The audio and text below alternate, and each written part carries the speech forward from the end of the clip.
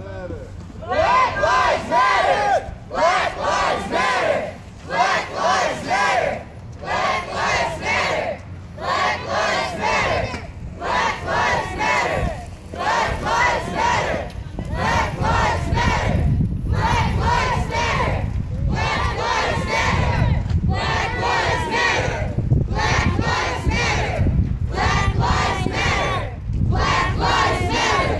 Black lives matter. Black lives matter. Hey, everyone, can I have everybody standing in front of the sign, move in the back of the sign, please?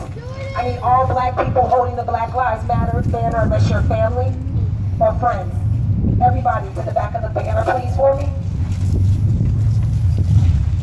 And I need all black people and brown people holding the banner.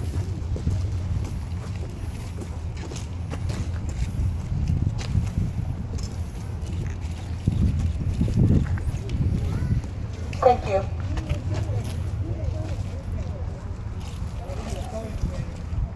All right, well, this is kind of impromptu, and I appreciate that you guys taking it to the street with us as always.